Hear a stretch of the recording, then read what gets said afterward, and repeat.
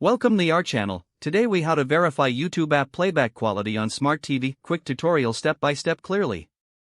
To verify YouTube app playback quality on your Smart TV, first, turn on your Smart TV.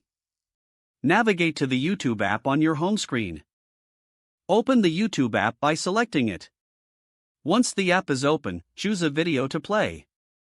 As the video begins, press the OK or Enter button on your remote to bring up the playback controls. Look for the settings icon, often represented by a gear symbol. Select the settings icon to open the playback settings menu. In the menu, find the option for quality or playback quality. Click on this option to see available video quality settings.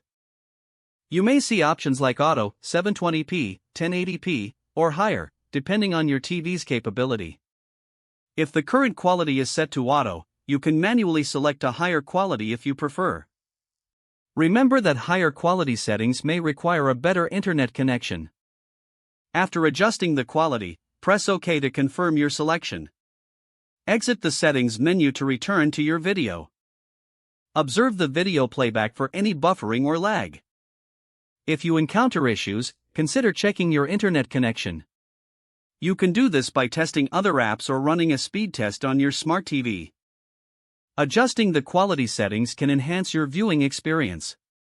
Repeat these steps as necessary to ensure optimal playback quality.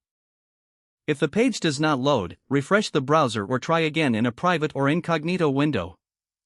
Make sure you are using the correct email address, then retype it carefully to avoid small typos. If your password is not accepted, use the reset option and create a new strong password you can remember. Check your spam folder for verification or security emails, then complete any requested confirmation steps. Enable two-factor authentication if available to improve account security and reduce unauthorized access risk. After signing in, review your profile details so your contact information and settings are accurate and current. If you see an error message, note it down and try again after restarting your device and internet connection.